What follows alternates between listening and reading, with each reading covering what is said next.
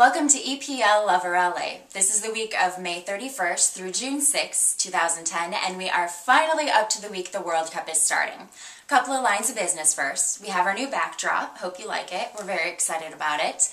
And yes, we designed it so that we all sit directly in front of our logo, so you can't see it. Stay tuned for draft number 2. Well, the one really big EPL headline this week, obviously Benitez saying adios to Liverpool. Out of nowhere, Sven-Goran Eriksson has pledged some unrequited love for Liverpool, so maybe this summer we'll see some talks going on between the two of them. But with the World Cup starting in just a couple of days, right now, no one really cares.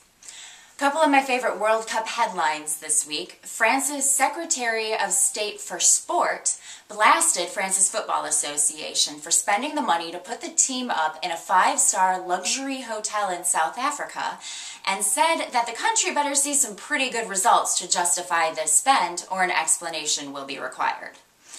Well, if France's friendlies are any indication of what we can see from the team this World Cup, they may want to get started on the first draft of that explanation letter. But my favorite World Cup headline comes from the North Korean team, who claim that striker Kim Won-young was accidentally listed as a keeper when they submitted their 23-man squad list to FIFA. They were trying to get this straightened out, but of course, in all fairness, FIFA said, "We're sorry, there's nothing we can do. It's official. You can't play him as a striker."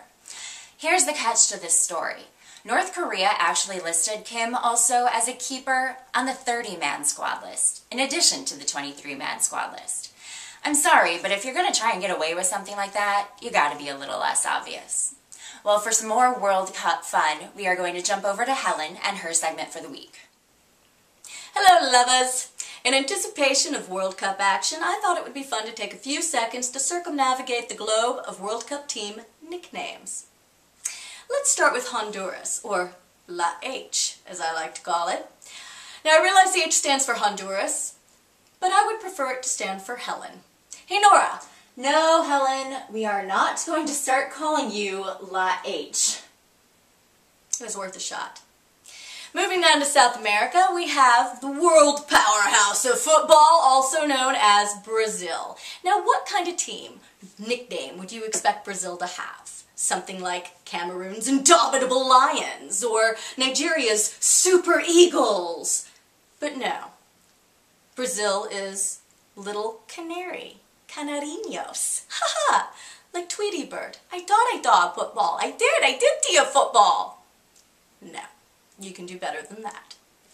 Spain comes in representing Europe with La Furia Roja. Awesome, the Red Fury. That's what you need, Brazil. A name that just commands world domination. Or Japan's the Blue Samurai. Awesome, yeah. And then we have the controversial nickname of the season. New Zealand's All Whites. I realize that they're just being the yin to their rugby all-black team's yang. But for reasons that I feel are fairly obvious, I think New Zealand should consider a nickname revamp before they hit South Africa. Might I suggest the Kicking Kiwis? Or not. Anyway, if the South African Bafana Bafana, also known as the boys in English, is as much fun as Hakuna Matata, then I think this is going to be a really good World Cup. La H, signing off. So I'm trying to understand this Argentina experiment with Maradona. I mean, I know that the man is considered one of the greatest players in the history of the sport. A religion has been based upon him, and for those keeping track, we are in year 49 AD, after Diego. But just because you're a great player doesn't mean you're going to be a great coach. Let's not forget that the one and only time this man tried it was in 1994 and 95. He coached 2 different teams, and out of the 23 games he coached, 3 wins. Doesn't really inspire confidence, people. So what were you smoking when you said 14 years later, you know who'd make a great team coach? Diego Maradona. Seriously! And let's not forget that the man is a little volatile, okay? Forget all of the personal issues. This is the man who was banned for 15 months in 1991 for drug abuse, was sent home from the 94 World Cup for drug testing, and 1 year after taking over the job in November of 2009 was banned for 2 months, fined, and given a stern warning by FIFA for his behavior. Again, I don't really understand this. And you guys barely eked into the World Cup qualifications. I mean, out of the 18 games, they won 8, lost 6. That's almost half and half. Again, what were you smoking? I mean, was it one of those things where you thought, hey, this is so crazy, it might just work? Or that you were going to dangle him kind of like a talisman in front of the rest of the team and they thought maybe we can live up to this? So I just don't get it. But you know what, maybe you're just crazy enough to work, so good luck, Argentina. Time will tell. Unless you've been living under a rock, you've probably heard that this year's World Cup will be held in South Africa. This week, actually. You might not know that the 2014 venue will be Brazil. That was decided in 2007. So how are the World Cup venues chosen? Well, the bidding process for the 2018 and 2022 World Cups is currently underway. It started in January of 2009, and countries had until February 2nd of 2009 to register their interest. FIFA will announce the 2018 and 2022 hosts in December of this year. Previously, FIFA had a continental rotation policy, but that was dropped after the 2014 host was announced, so now any country can bid for a World Cup as long as their continental conference hasn't hosted the last 2 World Cups.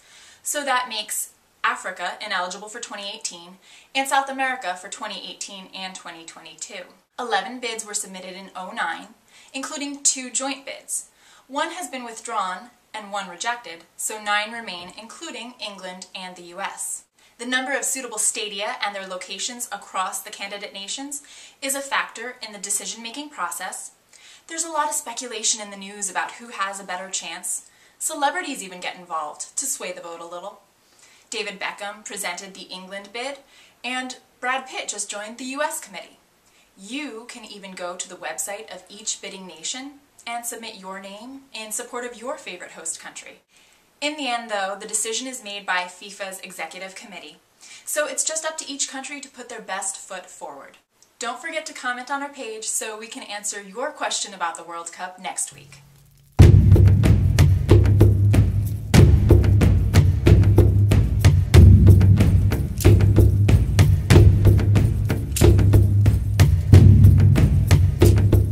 Thank you for watching EPLoverLA. Leave us a question for next week's Learn It from Lauren, and in the meantime, enjoy the World Cup. Now, while I recognize the H is for Honduras, I like to think it stands for Helen. Hey Nora! Yeah. I didn't know you were going to wait for me there. Sorry. Awesome! Yeah! Yeah! Maybe that'll make the credits, who knows? Okay. Alright,